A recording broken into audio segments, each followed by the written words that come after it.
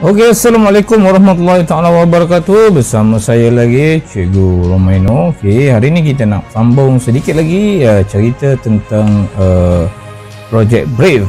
Tapi sebelum itu kepada yang belum subscribe, boleh tekan butang subscribe di bawah ni pastikan dia daripada merah jadi kelabu dan tekan butang locking untuk pastikan awak mendapat notifikasi jika sekiranya saya ada upload gambar-gambar pula, video-video yang baru.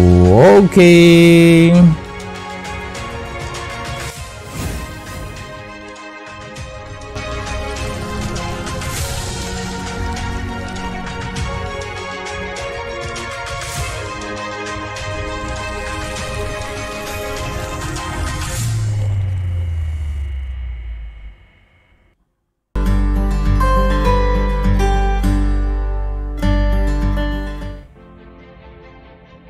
Okey, baik.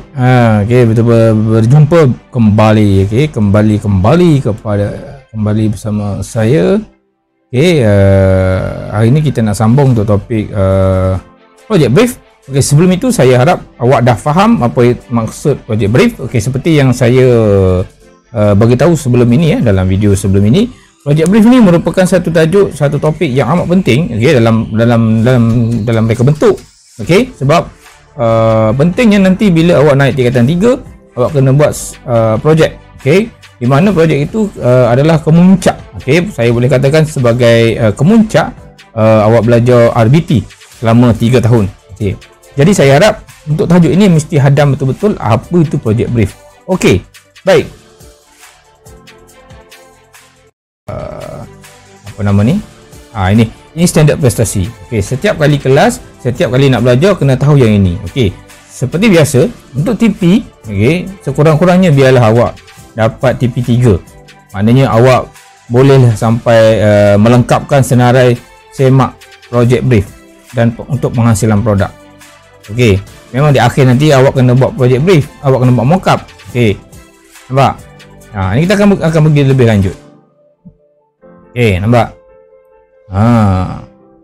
Okey, so saya harap yang ini jelas lah, jelas. Okey, baik. Untuk tajuk ini, okey, hari itu kita dah belajar tentang maksud Project Brave. Okey, hari ini kita nak maksud kita nak, dan kita pun dah belajar tentang mengenal pasti ciri-ciri dalam Project Brave. Okey, hari ini kita nak masuk 3.1.3 merancang Project Brave. Okey, macam mana nak merancang Project Brave bagi menghasilkan produk yang kreatif. Okey, produk yang kreatif. Okey, baik. Okey, baik.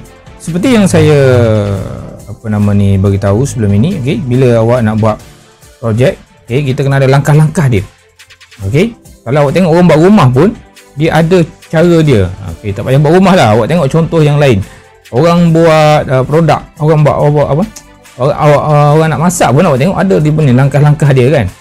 Okey, langkah pertama, langkah kedua, langkah. Okey, begitu juga dalam Project Brave. Okey, apa dia langkah pertama? Okey. So kita ada 6 langkah. Okey, kita ada 6 langkah.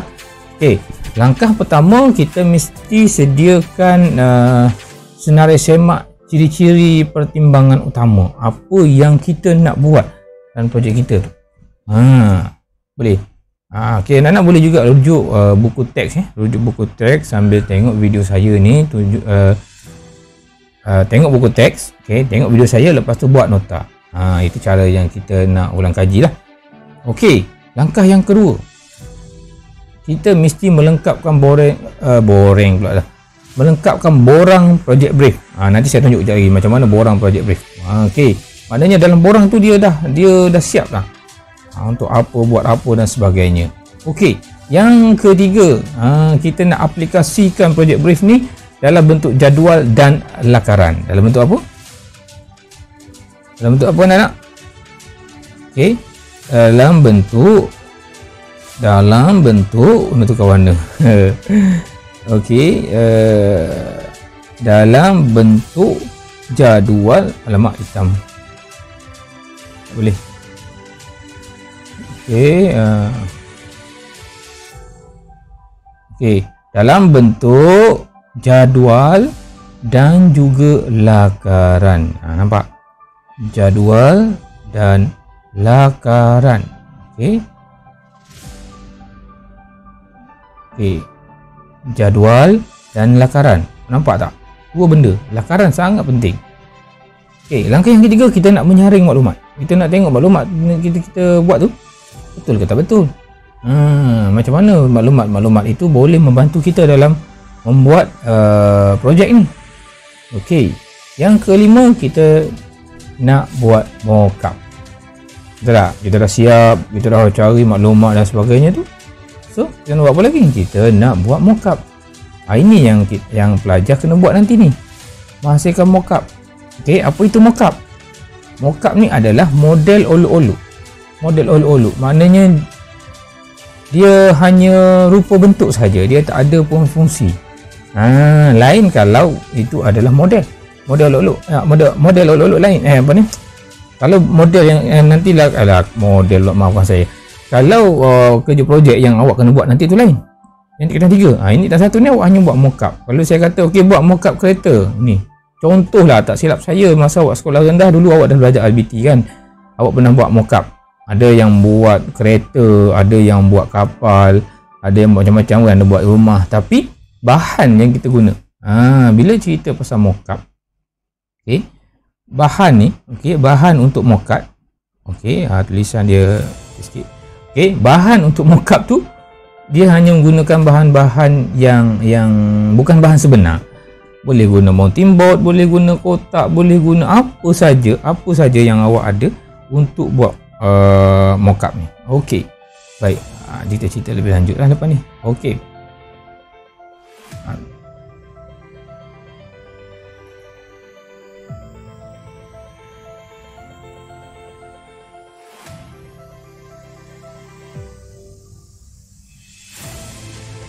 Okey. Yang keenam, okey, kita nak menilai. Kita dah siap mockup, kita mesti nilai lah mockup kita tu. Nak nilai macam mana hasil dia tu, maknanya betul ke tidak yang kita buat tu. Daripada tadi, mula-mula tadi kita buat apa? Kita senaraikan ciri-ciri, apa ciri-ciri utama kan dalam project brief tu. Okey, lepas tu kita lengkapkan borang project brief. Okey, lepas tu kita mesti aplikasikan project brief dalam bentuk jadual dan lakaran. Jadual tu macam mana, kita tengok sekejap lagi. Lakaran tu macam mana? Macam mana? Lepas tu kita nak menyaring. Macam mana nak menyaring? Yang kelima, kita nak hasilkan mockup. Macam mana nak hasilkan mockup? Yang keenam, kita nak menilai. Nampak? So keyword dia mula-mula kita sediakan. Okey. Jadi ini adalah langkah dalam menyediakan. Okey, ini adalah kriteria utama tadi, pertimbangan utama dalam project brief. Okey. Baik. Apa yang kita kena tengok? Okey, pertama, okey, pertama-tama, okey, adalah apa nama ni, fungsi. Dia pergi potong pula situ. Okey, pertama kita nak tengok fungsi. Okey, apa dia kata? Apa kegunaan produk ni? Produk yang awak nak buat ni, kegunaan dia untuk apa? Yang kedua, di mana produk itu digunakan? Kita nak guna produk tu kat mana? Kan? Kita nak buat produk. Produk ni untuk apa? Apa kegunaan dia? Guna kat mana? Tu dari segi fungsi. Okey, yang kedua, dari segi persembahan. Macam mana awak nak persembahkan produk tu?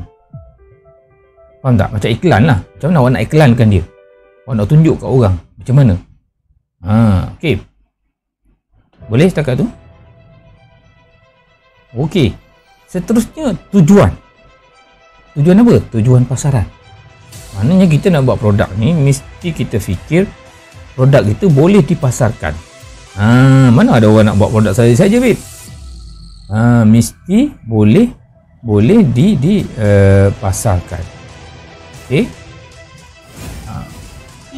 Okey, boleh dipasarkan. So bila kita nak pasarkan, kita kena tahulah siapa siapa kita punya customer tu. Kan kalau awak buat produk yang berkaitan dengan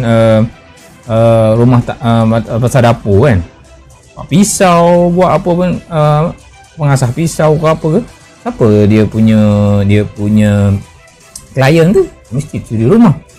Betul tak? Okay, kalau awak buat produk yang produk apa? Telefon. Yang berkaitan dengan telefon, siapa kita punya tu? Contoh. Okey. Siapa pesaing? Maknanya kita buat produk tu mesti orang lain pun mesti ada buat produk yang sama. Betul tak? Kita tengok kereta lah. Kereta awak tengok macam-macam, ada Proton, ada Pro 2, ada Mercedes, ada semua banyak kan, tapi mesti ada kelainan di setiap jenis kereta. Okey. Sebab dia tengok pesaing. Pesaing tu bukan kita nak suruh jealous, bukan kita nak suruh jealous bang. Kita nak tengok apa kelebihan yang dia ada, mungkin kelemahan yang dia ada pada produk dia tu kita beri dalam produk kita. Sebab setiap orang bila dia beli produk apa-apa, dia akan tengok lebihnya kat sini, kurangnya kat sini. Yang produk A pula, produk B pula, lebihnya kat sini, kurangnya kat sini. Tapi tengok kepada masing-masing punya keperluan. Contohnya handphone lah, saya tengok handphone smartphone awak ni. Okey, ni smartphone ni ada telefon, dia melebihkan kelebihan dia pada kamera, fungsi kamera, gambar dia cantik, gambar dia smooth, buat bokeh cantik kan. Ada kamera dia lebih kepada storage. Okey, data dia besar. Okey, boleh. Jadi di situ awak ada pilihan awak. Kalau awak mencari macam saya mencari telefon yang mempunyai storage yang besar dan kamera yang cantik. Dua tu dah saya tengok dulu, tak kira dah jenama apa pun. Nampak tak? Okey. Yang ketiga kita tengok pengguna yang macam mana. Macam saya kata tadi lah, pengguna yang macam mana yang nak guna produk kita. Okey, boleh. Seterusnya kuantiti. Okey, berapa jumlah yang diperlukan. Okey, lepas tu kita tengok pula produk kita tu, style kita, gaya kita nak buat macam mana. Bagaimana produk tu, bagaimana reka bentuk produk tu, kita nak buat macam mana. Okey, yang kedua, adakah reka bentuk tu mendapat perhatian pasaran. Ini saya kata pasaran, boleh pasaran, maknanya produk yang kita nak buat itu, kita kena ingat boleh dipasarkan. Kalau kita buat produk yang tak boleh dipasarkan, tak ada guna lah. Okey, boleh setakat ni. Okey, tak boleh, relax dulu. Okey, baik. Seterusnya, seterusnya apa dia babe? Okey, quality. Okey, biasalah, apa-apa produk pun mesti kita nak cerita pasal quality kan, betul tak? Quality mesti ada punya babe. Okey, so macam mana quality dia? Apakah pelanggan mempunyai sebarang permintaan yang istimewa? Ada setengah pelanggan dia demand nak macam ni. Jadi yang itulah yang kita nak buat nanti. Sebab tu kalau kita nak buat produk baru, kita buat kajian tu, kita ada borang kajian pelanggan. Kita nak tengok respon pelanggan. Kan, kalau awak berniaga nasi goreng sekalipun, awak berniaga goreng pisang sekalipun, awak mesti nak mendapatkan feedback, respon daripada klien kan, orang yang beli tu, ataupun cadangan-cadangan dia. Jadi daripada cadangan itulah awak buat penambahbaikan untuk produk awak. Gitu makanya. Okey, boleh. Okey, seterusnya kos. Biasalah, berapa kos yang diperlukan untuk hasilkan produk ni. Ingat, untuk konteks PT3, RBT PT3, okey, ni saya nak cerita ke depan sikit lah. Untuk tingkatan 3, produk yang awak akan hasilkan ini biarlah ianya yang mampu awak buat. Tidak perlu memikirkan produk-produk yang awak tak mampu nak buat dari segi kos kan. Kita tak nak sampai pelajar mengeluarkan kos yang sangat tinggi untuk menghasilkan produk, kita tak nak. Okey, dan bukan itu tujuan dalam DSKP kita. Okey, seterusnya adalah jangka masa. Bila sebut pasal jangka masa, apa yang dekat dengan dia? Jadual lah. Tadi kita kata tadi kan, jadual. Okey, bilakah pelanggan ingin projek ni? Bila? Sebab kita tengok tadi kan, project brief adalah penjanjian antara siapa? perjanjian pula dah. Perbincangan. Apa maksud project brief? Kita ingat balik. Project brief perbincangan antara kita, okey, mereka bentuk dengan pelanggan. Okey. So, bila dengan pelanggan itu, di situ kita dah melihat apa yang pelanggan nak, apa yang pelanggan mahu. So bila dia nak siap. Okey, baik. Dan apakah produk sampingan yang perlu disiapkan dalam jangka masa tersebut? Okey. Boleh? Nanti boleh kalau tak faham boleh recall balik. Ini sebab apa? Macam saya kata tadi, project brief ni penting. Nak tak nak awak kena khatam cerita tentang project brief ni. Okey guys. Okey, baik. Itu adalah kriteria yang perlu dipertimbangkan dalam borang project brief. Ni kalau tengok pun nanti awak tengok dalam borang project brief tu sebab awak nak tulis nanti tu. Okey. Benda-benda ni lah. Apakah produk dia, untuk siapa, dari segi persembahan dia, tujuan, kualiti, style macam mana, kualiti, kuantiti, lain kan, kos dan juga jangka masa. Okey. Boleh? Okey, baik. Okey, ini saya kata tadi, ini adalah contoh borang project brief. Jadi bila awak buat nanti, okey, apa nama ni? Bila buat nanti, benda ni lah saya nak. Mesti ada. Tu dia. Okey. Okey, ni ada iklan tadi. Okey, nampak? Yang tadi kan, yang kita belajar tadi ni. Ni. 1, okey. 2, 3, 4, 5, 6, 7, 8. Apa benda ni? Aku tak tahu ni. Tadi kita betul-betul bincang kan. So ini yang awak kena tulis, awak kena bincang dan tulis dalam project brief awak. Ni contoh. Ini contoh yang saya ambil dalam buku teks awak. Contohnya kita nak buat bakul kan hari tu. Okey. Nampak tak? Saya tak perlu huraikan kot, awak boleh baca. Okay, apakah kegunaan produk ni? Produk kan digunakan bawa barang. Nampak? Maknanya kita dah ada dah. Jadi yang kat sini ni dia akan membantu kita, okey, dekat catatan ni, okey. Dan bila kita menjawab soalan-soalan yang terdapat dalam project brief ini, di situlah kita di akhir nanti kita akan menghasilkan satu produk yang kebahamu, yang memenuhi kehendak pelanggan.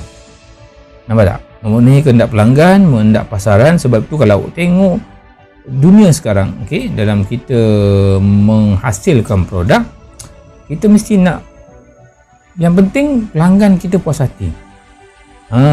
Kadang-kadang kita tengok, macam pelik kan kita orang buat kan? Tapi contohlah saya ambil satu fenomena dulu kan, goreng pisang. Goreng pisang biasa, betul tak? Okay, bila ada orang buat, saya tak tahulah siapa yang orang pertama yang buat inovasi kan. Dia buat inovasi goreng pisang cheese kan. Meletup kedai goreng pisang tu. Warung kan. Dan akhir sekali ramai yang ikut trend dia, ramai yang buat goreng pisang cheese. Lepas tu bukan sampai goreng pisang cheese pula, ada lagi yang buat kepuk leko cheese. Semua dia bubur cheese kan. Cheese banjir lah apa semua. Nak cakapnya, okey, kita sambung sikit lagi. Okey, itu tadi ya. Ini contoh project brief. Okey, borang project brief. Okey, kalau tengok ini dah TP3 sebenarnya. Okey, ini dah untuk TP3. Okey, baik. Pergi seterusnya. Okey. So tadi selepas kita dah apa nama ni? Kita dah melengkapkan senarai project brief, senarai dalam project brief tu. Okey. Kita nak analisis. Kita kena analisis. Maknanya apa? Macam mana nak analisis ni cikgu? Okey. Analisis maklumat senarai semak secara prosedur. Maknanya untuk TP4. Okey, untuk TP4 lah kan, dalam kalau awak nak dapat lebih baik, okey, untuk TP4, okey, maknanya awak boleh menganalisis maklumat secara prosedur. Maklumat apa? Maklumat tadi lah. Maklumat yang dalam project brief tadi. Okey, maklumat dalam project brief tadi kan. Nampak pula kamera. Okey, maklumat dalam project brief. Tada. Okey, maklumat dalam project brief. Ni contoh. Okey, dari segi fungsi persembahan awak boleh analisis. Okey, contoh persembahan dia. Contohlah. Okey, saya ambil contoh sikit kita skip. Okey. Jadi fungsi tadi berbasis lagi pada bakul. Okey, membawa barang-barang seberguna. Itu fungsi utama. Okey, persembahan dia macam mana? Macam mana kita nak buat tu? Ni rupa bentuk dia macam mana? Mestilah kita nak buat ada pelbagai warna. Lepas tu kita nak buat yang jenis mudah disimpan kerana saiz dia boleh ubah suai. Maknanya kita nak buat bakul yang boleh simpan dengan saiz dia tu boleh ubah suai. Okey, nampak? Okey, tujuan tadi. Tujuan pasaran untuk apa? Suri rumah ataupun pengguna lain yang berminat. Tujuan kita pada suri rumah, tapi kita nak juga kalau orang lain yang berminat. Okey, kuantiti biasanya kita akan buat untuk 100 orang lah. Okey, baik. Apa tadi? Seterusnya style dan gaya. Gaya macam mana? Bentuk-bentuk asas. Bentuk asas geometri. Kita nak buat macam mana tu? Kita dah belajar awal-awal kan? Bentuk geometri, bentuk macam mana? Bentuk segi empat ke? Kuboid ke, segi bentuk piramid ke, ada buat bakul bentuk piramid. Okey, saiz sederhana, kita tak nak besar-besar sangat kan. Okey, kita bukannya bakul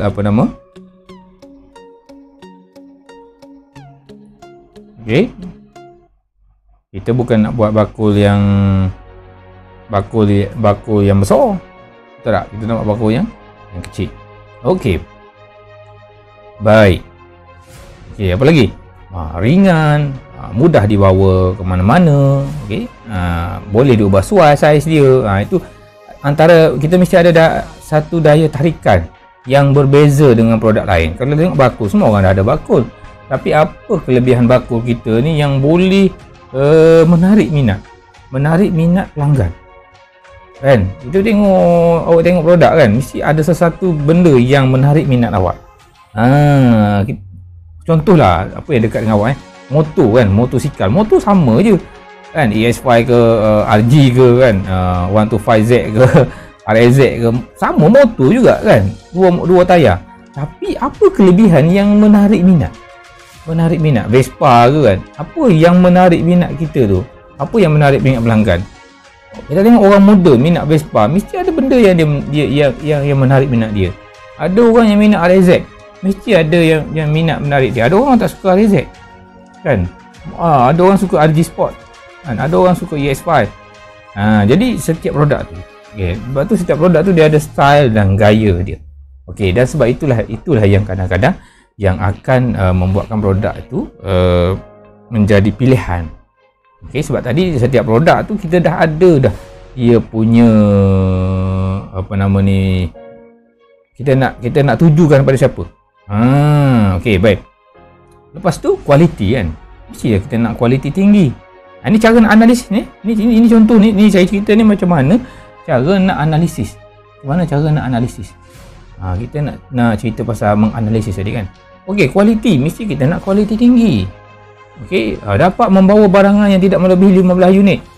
Bersaiz sederhana. Barang kita tu kita nak barangnya mana? Kita nak bakul yang sederhana tapi kurang-kurangnya boleh bubuh lah 15 barang yang tak besar. Bukan nak bubuh benda yang besar. Jadi, dan yang paling penting memenuhi piawai SIRIM. Ni SIRIM. Apa-apa produk kita ni mesti tengok tangan saya dah macam ni dah. Okey, macam nak nyanyi je kan. Okey, mesti lepas SIRIM lah, diluluskan oleh SIRIM. Kalau tak lulus, sebab tu kalau produk elektrik lah tu contohnya kena tengok lulus SIRIM tak. Okey, yang seterusnya kos. Apa yang kita nak bincang? Kos. Apa benda kos? Kos pembuatan kan. Minimum dia RM20. Kos maksimum RM20 juga. Untung RM10. Nampak? Jadi berapa semua? Jadi kita nak tengok margin market kita, margin kita tidak, kita nak untung berapa? Okey, satu barang RM10. Kita nak letak berapa? Kalau modal tu RM20, kita nak untung RM10, kita tak RM30 kan? Boleh kita letak RM30? Mungkin kita boleh letak RM35. RM5 lagi itu mungkin orang yang minta kurang. Kalau benda-benda yang boleh minta kurang lah. Kalau pasal hire tak boleh kurang kan. Okey. Baik. Okey, itu dari segi kos. Dan seterusnya dari segi jangka masa. Okey. Jangka masa, baik. Jangka masa. Okey. Waktu 40 jam. Okey. Boleh buat penambahbaikan. Itu dari segi menyaring. Maknanya kita nak analisis maklumat tadi. So kita bercerita tentang project brief. Maknanya apa produk yang awak nak buat tu. Okey, awak mesti tahu daripada senang cerita kesimpulannya awak kena tahu produk awak tu. Okey, kalau saya ambil contoh yang dekat dengan saya kan, ni mouse. Okey, mouse ni banyak. Tapi kenapa saya memilih mouse ni? Mesti ada kelebihan dia. Kan, bila sebut mouse kan mesti orang nak pegang secara ni, kalau sekali pegang dia dah cantik kan, kiri kanan macam nak iklan mouse bukan. Okey. Betul tak? Ataupun apa lagi? Earphone, headphone yang awak beli tu kan mesti ada daya penarik dia. Itu yang kita nak bincang. Kita nak tulis, nak catat dalam project brief. Saya ingatkan lagi sekali, benda ni ada dalam tingkatan 3 bila awak nak buat kerja projek. Okey, kalau ikutkan kerja projek ni markah dia 30% daripada PT3. Periksa PT3 70%. Kerja khusus ini 30%. Okey, ini awak kena tahu. Jangan kata, alah cikgu saya lambat lagi form 3, cikgu saya baru form 1. No. Okey, no. Awak kena tahu. Okey, boleh. Okey, ni dah TP4 dah ni. Okey. Okey, untuk yang ini kita akan bincang di next class lah. Okey, mempersembahkan data dalam jadual kerja. Okey, so untuk next class kita akan bincang tentang macam mana nak buat jadual kerja dan macam mana nak buat lakaran. Sebab lepas ini kita nak masuk tajuk lakaran pictorial. Maknanya satu lagi topik yang amat penting dalam RBT. Okey, jadi untuk hari ini saya recap balik. Okey, hari ini kita bincang apa tadi? Okey, hari ini kau datang riang. Okey, nyanyi pula cikgu kan. Okey, kita dah pasti kita dah merancang project brief 3.13. Okey, lepas ni kita akan cerita 3.15. Okey, macam mana nak mengaplikasikan project brief itu dalam kita punya jadual. Okey, so hari ni kita dah bincang 3.13, merancang project brief dan juga menyaring maklumat. Okey, 3.14. Okey, lepas ni kita akan masuk kepada 3.15, and then lepas tu kita nak masuk kepada bab seterusnya iaitu lakaran pictorial. Okey, so saya harap anak-anak pelajar semua boleh faham pembelajaran hari ini. Okey,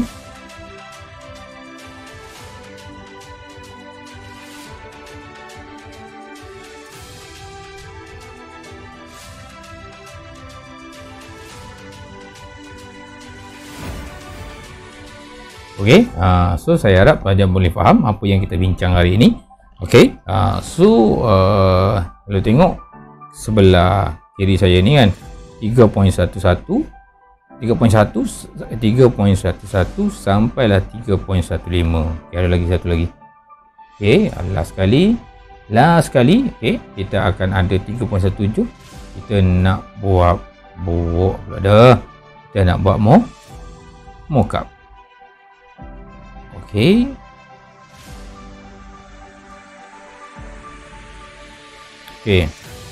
boleh?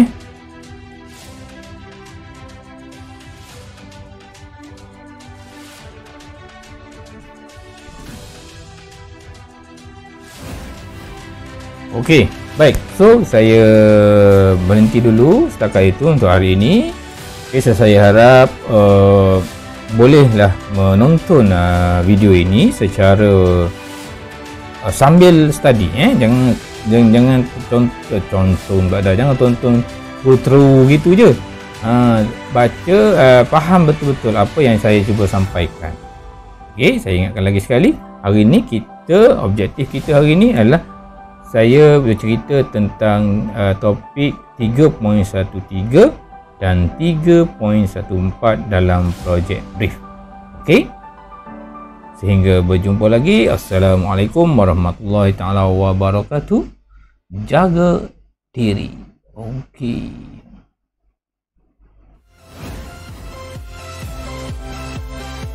Okey, sambil-sambil itu jangan lupa untuk melihat video-video lain di channel saya. Okey, boleh klik dalam kotak ini. Okey, bye bye. Assalamualaikum warahmatullahi taala wabarakatuh.